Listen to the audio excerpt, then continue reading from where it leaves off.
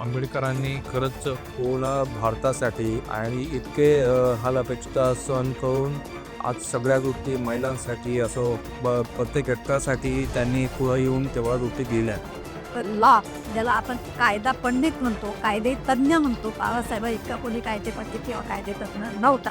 त्यांचं म्हणजे आंबेडकरांना त्यांना घ्यायचंच नाही आहे, त्या क्रेडिट द्यायचं नाही. भीमरावचं आता सध्या तो तरकीतच आहे ते की त्यांनीच लिहिलं क्रेडिट. पण ड्राफ्ट तयार केल्यानंतर तर मग लगेच 8 दिवसात, 15 दिवसात, 1 महिन्यात संविधान तयार व्हायला पाहिजे होतं ना. अजूनही खेड्यापाड्यामध्ये जातीपातीवरून बाकीच्या अजूनही गोष्टी चालूच आहे.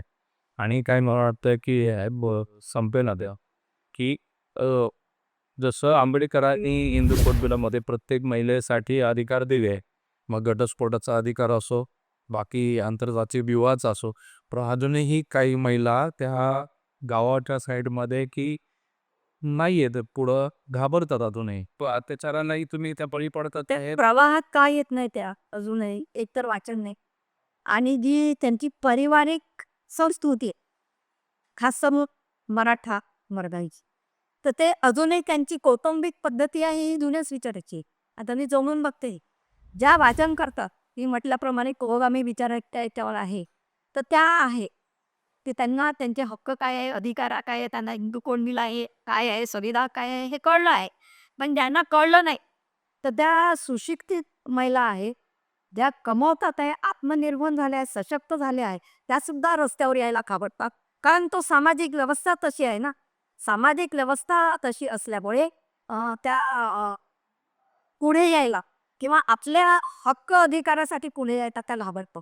हे एक कारण आहे आणि म्हणून आता जाती-जातीमध्ये जे तेढ निर्माण होण्याचं जे काही मोजके लोक समाजकंटक असतात ना, तर ते मोजके लोकं त्याचा ते फायदा घेत आहे आणि गावागावामध्ये जाऊन हा महार आहे, हा म्हणजे चांभार आहे किंवा हा तो इतर जातीचे नाव पाकळे असं इव्हन तर मातांना ते मंदिरात सुद्धा जाऊ देत नाही.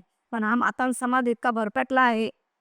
इतर राज्यामध्ये तर चांभारांनी जातो का मग त्यांना मंदिरात जाऊ देत नाही किंवा अजूनही घोड्यात काढू देत नाही. महाराष्ट्रामध्ये एक आता आहे की आंबेडकरवादी अनुयायी जो महार तो बहुत बुद्धिस्ट झालेला आहे. तर इथे फक्त महार उतरतो. कमी अधिक प्रमाणात चांभार मातंगावर अन्याय अत्याचार होतोच आहे. पण ते सुद्धा आपल्या बरोबरीने नाही. मला खेदाने म्हणावं लागेल की त्यांनी त्यापर्यंत अजून बाबासाहेब आंबेडकरांचे विचार पोहोचले नाही किंबहुना जाणून घेतलं नाही. हां, तो आरक्षण घेतोय. आरक्षण घेतोय, सगळे लाभ घेतोय. पण बाबासाहेबांचा द्वेष करण्याचं एकमेव कारण नाही की आंबेडकरवादी हे आज महाराष्ट्रात आहेत म्हणून ते एक कारण आहे.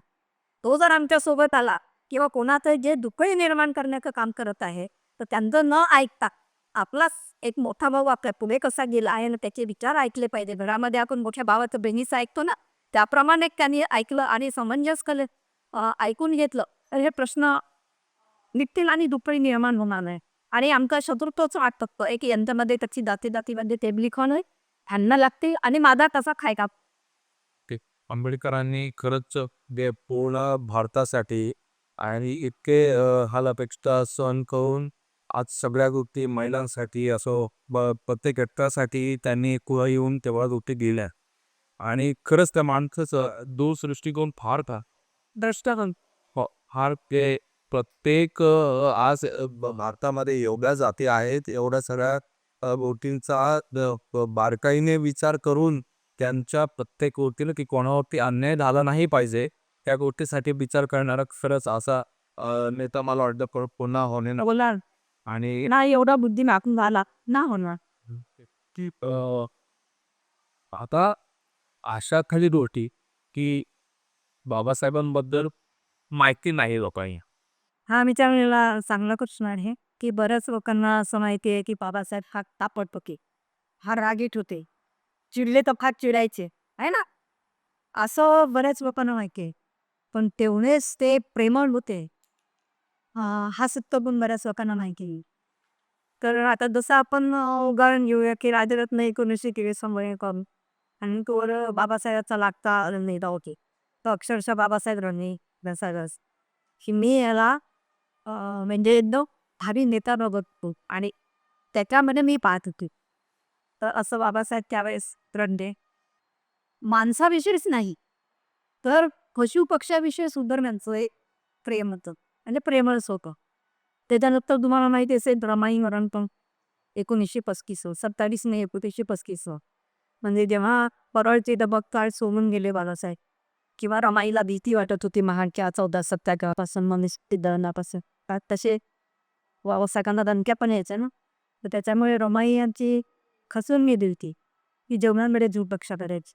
तर त्याच्यामुळे रमाई केला टीव्हीचा रमाई राजकुमार त्या साडी त्या कसोटीला राहिल्या कारण बाबासाहेब तिथे 32ला 31 नेले पाहायला आणि रमाई 35 होते.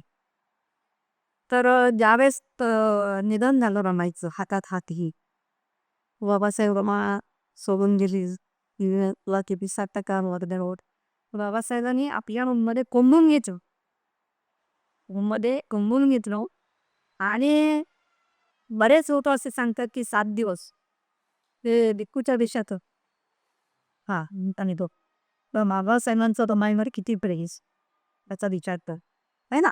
सोबत सोबत संसार तर म्हणजे करता आला नाही कारण बाबासाहेब त्यावेळेस मेंबरमध्ये शिकायला होते रमाई इकडे संसार करत होते.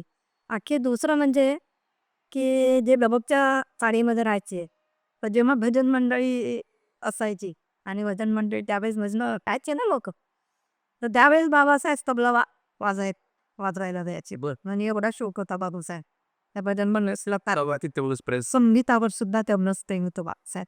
हे पण बऱ्याच लोकांना ती त्याच्यानंतर व्हायोलिन ते उत्कृष्ट वाजवाय तर ते व्हायोलिन जे आहे आपल्या सिम्बॉसिस्ट म्युझियम आहे पुण्याला तिथे शिवलेकर जाऊन तुम्ही बघू शकता. त्याच्यानंतर बाबासाहेब पेंटर पण होते ही म्हणून लोकांना नाही की नाही तर बाबासाहेबांनी स्वतःच्या हाताने युद्धाचं एक ग्रुप स्वतःच्या हाताने तयार केले आणि ते पेंटिंग आज चिंचोलीला बुद्धविहारामध्ये हे चिंचोलीचं मोठं बुद्ध आहे बुद्धवन तिथे ठेवलेलं आहे नागपूरला दयाळू प्रेमळ आणि शिलवंत होते माहिती आहे का प्रेम कन्हाळू ज्याला लिहितात की तो मनुष्य असो मानव प्राणी असो की पशुपक्षी असो त्याच्या सगळ्याप्रती प्रेम करणारे. बाबासाहेब जर नसते तर आजचा भाग कसाच.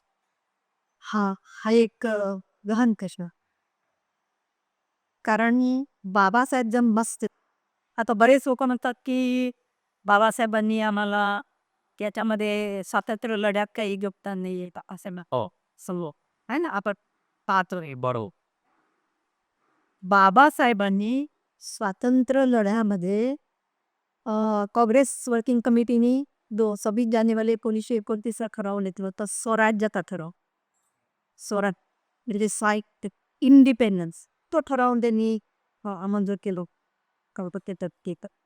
पण डॉक्टर बाबासाहेबांनी लंडनमध्ये त्यांच्या बालेकिल्ल्यामध्ये जाऊन संपूर्ण स्वातंत्र्याची मागणी केली होती. म्हणजे हे केवढं योगदान आहे.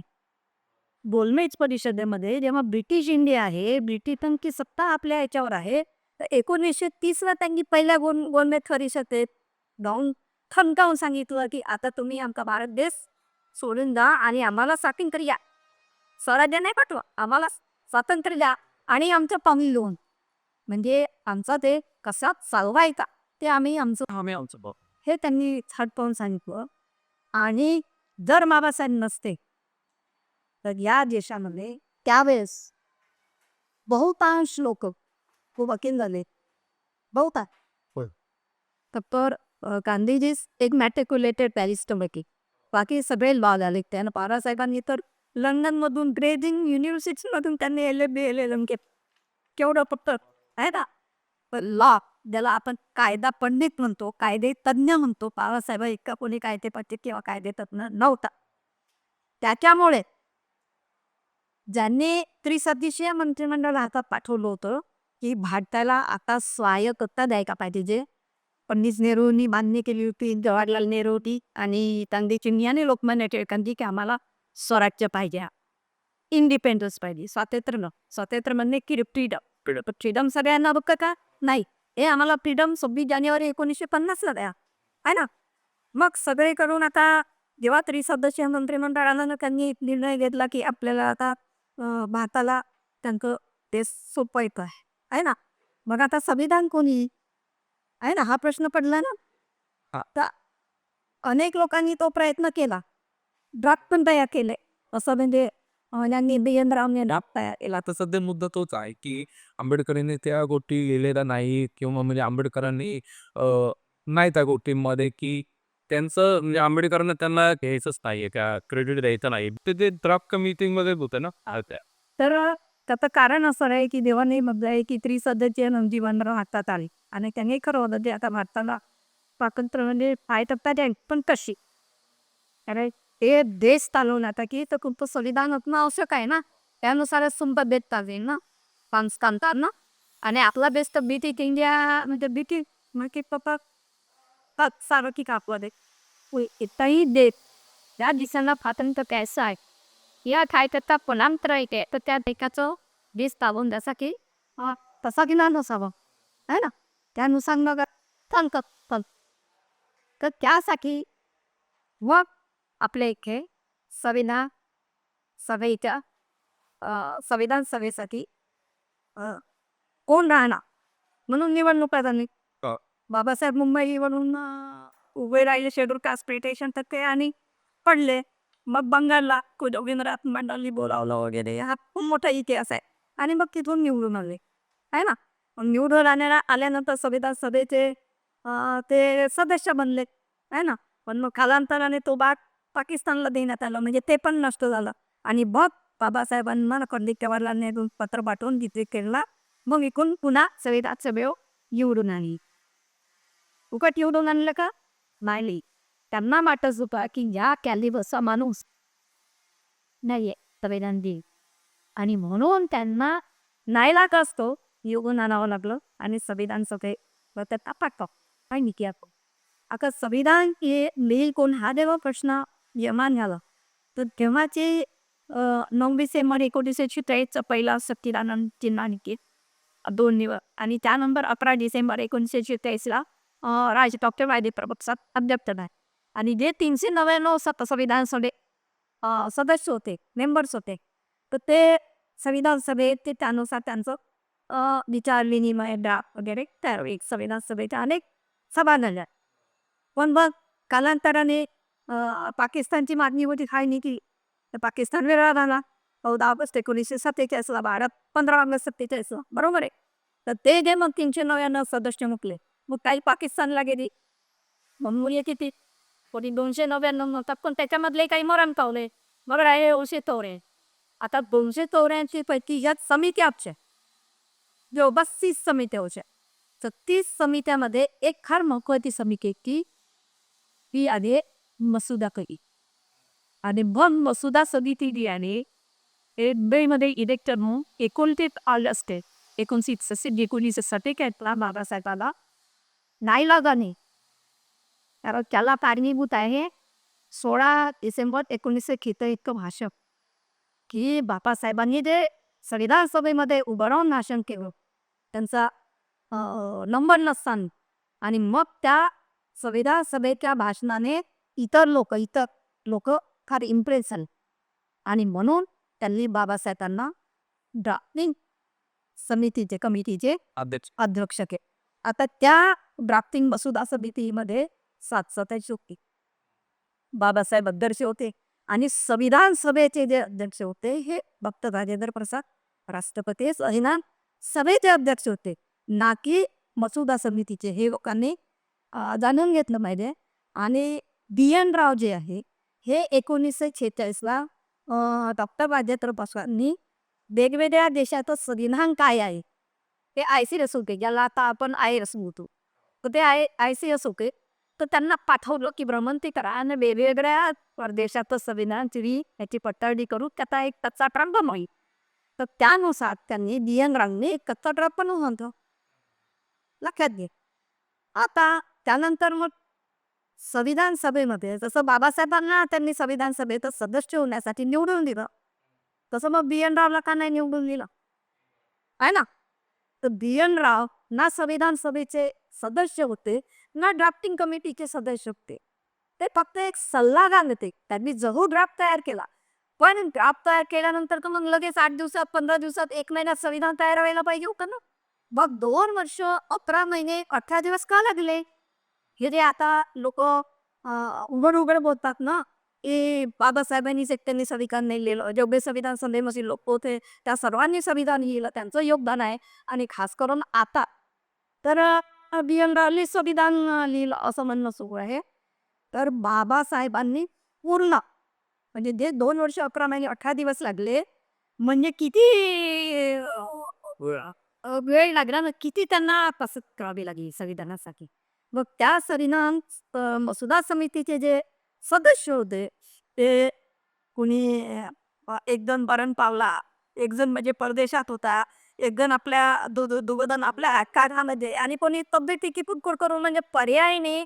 जे ड्राफ्टिंग कमिटीचे अध्यक्ष आता सदस्य म्हणून त्यांची जबाबदारी होती ना की त्यांनी ड्राफ्ट लिहायचा, बाबासाहेबांनी चेकअप करायचा, ओके करायचं आणि मग संविधान सभेपुढे 283 जे संविधान सभेचे सभासद होते ना, त्यांच्यापुढे ते वाचन करायचं. पण असं झालं का? नाही. नाही. कारण कोणी काही कारणास्तव एकानेही बाळासाहेबाला सपोज म्हणजे केलं आणि नाईलाजाने सगळी जबाबदारी बाबासाहेबांवर एक अध्यक्ष म्हणून आहे आणि संविधान सभेचा संविधान नोटिका समिती का सदस्य म्हणून चल. मग एकट्या बाबासाहेबांनी कारण बाबासाहेब ते आता जेच लोक हे सगळं भारताच्या बाहेर राहून विदेशातून ते सगळं ज्ञान घेऊन पोहून ते आले आणि सगळ्या देशातील संविधानाचा त्यांनी सुद्धा अभ्यास केला होता. लक्षात घ्या. तर त्यामुळे बाबासाहेबांना नाईलाजाने प्रकृती बरोबर नसताना सुद्धा एकट्यावरती जबाबदारी आली आणि बाबासाहेब मागे नटले नाही. कारण प्रगाढ पंडित होते, विद्वान होते आणि म्हणून त्यांना आपण ज्ञानसूर्य म्हणतो ना. व मग ती एकट्या जबाबदारी आली आणि बाबासाहेबांनी मोठ्या हिमतीने तेच तब्येतीची ती काळजी करतात ते संविधान तयार केले. म्हणजे हे देशावर किती मोठे उपकार आहे. नाहीतर गेलेच नसते ना ते. गव्हर्नर जे Lord Mountbatten was our governor. म्हणजे 15 ऑगस्ट 47 ला जरी आपला देश स्वतंत्र झाला आपण म्हणतो, मी इंडिपेंडन्स निघते स्वराज्य, ते 25 जानेवारी 1950 पर्यंत ते बुक होते. आणि लॉर्ड माउंटबॅटन हे आपले गव्हर्नर होते. म्हणजे त्यावेळेस ब्रिटिश इंडिया होता. आणि जेव्हा ते संविधान 26 जानेवारीला त्याची 50 पासून अंमलबजावणी झाली, त्या दिवशी गव्हर्नर गेले आणि भारताचा राज्यकारभार आपल्या हाती आले. एक हत्ता ज्याला आपण गणतंत्र म्हणतो, लोकशाही म्हणतो, लोकतंत्र म्हणतो, म्हणजे जनतेचं राज्य. आणि बाबासाहेबांनी तर म्हणजे ते जनतेला तरफीक केलं ना. लोक म्हणायचे की ईश्वराच्या नावाने, अल्लाच्या नावाने, आहे ना, सुरुवातच. पण बाबासाहेबांनी कोणाच्या नावाने सुरुवात केलं? We the people of India. म्हणजे पहिलं तर आर्टिकल एक सफ एक आणि त्याच्यामध्ये म्हटलंय आम्ही भारताचे लोक एक सार्वभौमिक गणराज्य. म्हणजे हे जे संविधान आहे हे बाबासाहेबांनी 26 नोव्हेंबर 1949 भारतातील सर्व जनतेला अर्पित केली. म्हणजे तिथे कोणता ईश्वर नाही, देव नाही आणि कोणत्याही धर्माच्या याला न हे करता म्हणजे जनतेलाच ते अर्पित केलं. आणि म्हणून हे त्याला आपण गणराज्य किंवा गणतंत्र किंवा लोकतंत्र म्हणतो. ती आहे लोकशाही. आणि बाबासाहेब नसते, समजा बाबासाहेबांनी ते लिहिलं नसतं किंवा बी.एन. रावांनी त्या ड्राफ्टला थोडंसं पुढे केलं असतं. बी.एन. रावचा ड्राफ्ट का मंजूर केला नाही तो? पंडित जवाहरलाल नेहरूंनी पण ड्राफ्ट तयार केला होता. बी.एन. रावांनी पण ड्राफ्ट तयार केला होता. पण सर्वसमावेशक नव्हता. कारण भारतामध्ये वेगवेगळे राज्य, त्यातल्या रूढी परंपरा, त्याचे वेशभूषा, त्यांची बोली भाषा आहे ना, एवढे राज्य आहेत ना. भारत काय एक एक संघ आहे ना?